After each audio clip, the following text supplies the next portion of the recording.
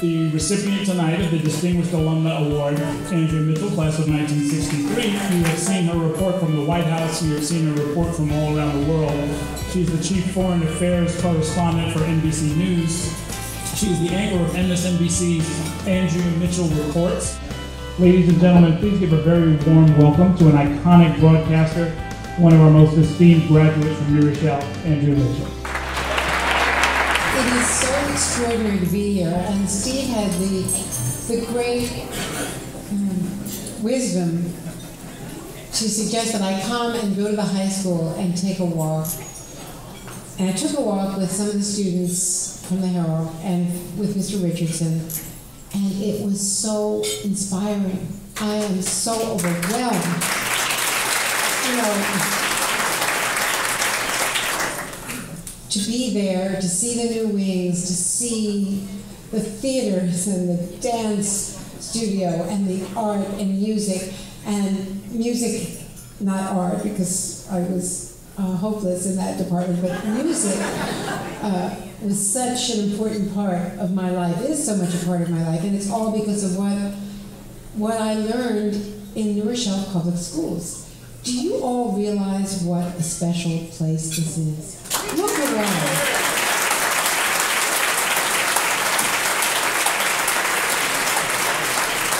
I was just in a briefing this afternoon, a background briefing. We were going through some of the election results, and we were talking about the lowest turnout in 70 years, with an even lower turnout among millennials. What does that tell us? It tells us that, with the exception of the mayor, the council members, and the leaders here, the local officials, our national leaders of all types are not giving our young people what they can relate to, what they want to hear, what they can aspire to. And look at this room. You all come together with this school board, with your students, with you're of all ages. You are the most diverse audience and community imaginable, and it was 50 years ago. It always has been. It is such a jewel in Westchester County, in our country.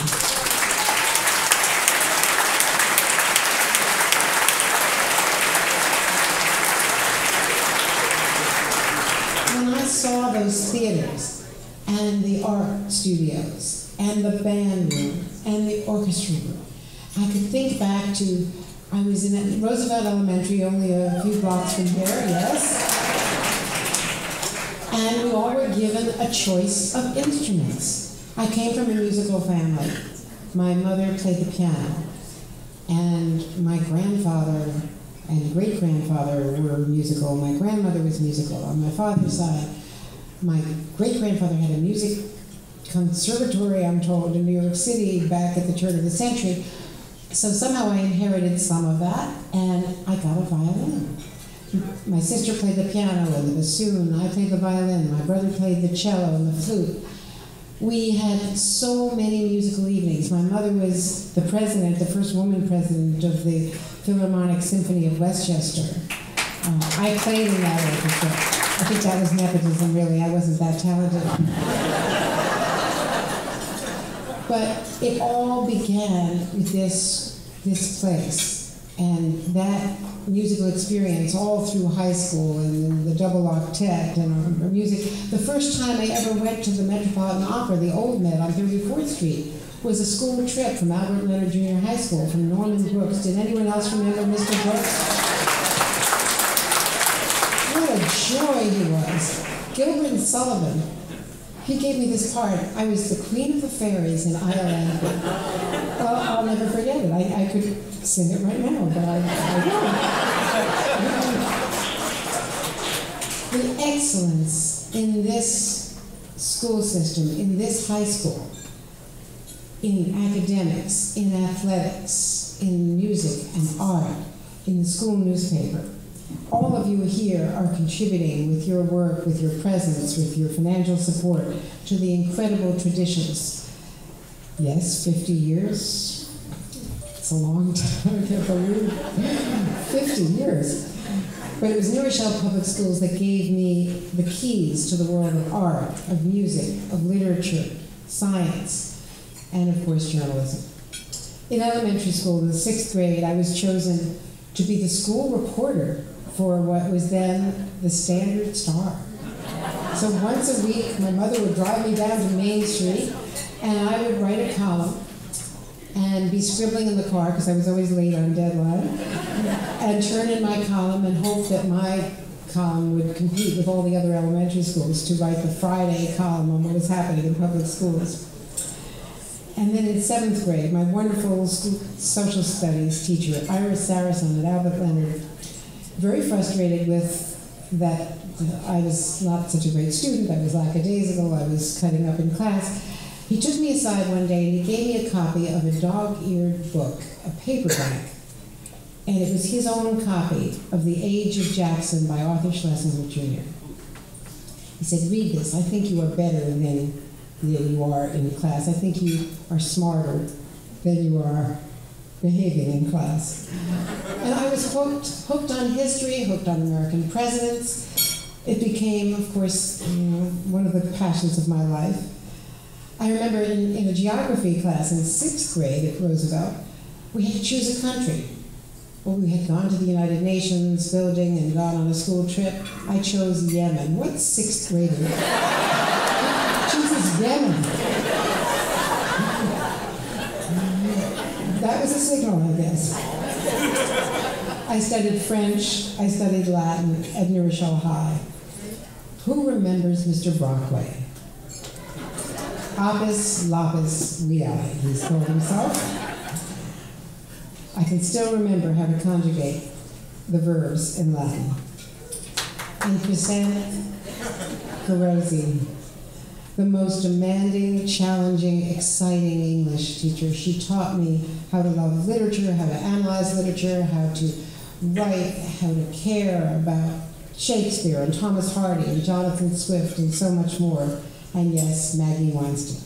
I was terrified of her. I learned to think at New Rochelle High School. I learned to write. I became more political. I became aware of the demands of citizenship, the responsibilities of citizenship.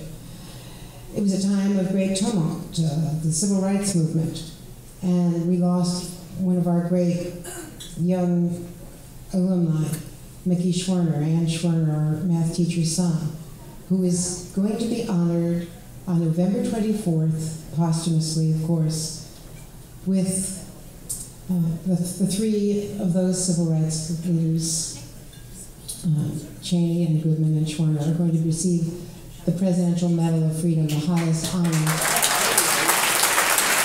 And it's really an honor.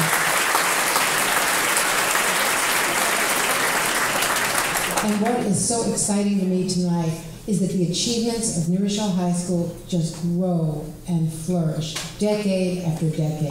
And it's because of all of you. The Museum of Arts and Culture, which I saw tonight, it's the only Regents chartered museum of any school in the entire state of New York. Enriching the curriculum with programs focusing on fine arts, on history, on literature, science, and technology. You have an extraordinary percentage of students graduating and going on to post-secondary education. 60% will be attending selective 4-year colleges. I'm told that 511 students took 995 AP exams. That number, or the number of awards and honors. And of course, near to my heart are the students who are selected for all-state band and orchestra and chorus, and how much I enjoyed similar musical opportunities and listening to those young people. What a great, great group, and that's only one of the performing arts groups, and the students who were performing for us when we came in. All of this, Mr. Richardson spoke about poetry out loud and the planetarium. He said when he came here from Brooklyn, he said, this school has a planetarium, and that was immediately robotics, David Schwartz and robotics. The Jefferson Great Read Aloud, I mean, all the things that I have been learning about New Rochelle, the National Merit Scholars, the Regent Scholars. New Rochelle has always been first among equals. I am just so proud to be here and so moved by this reception, and all I can say is you are the best and the brightest, and you represent the best of our country, and if this could be replicated throughout this country, we would be such a better place. We can be better. We will be better. And you're leading the way. Thank you.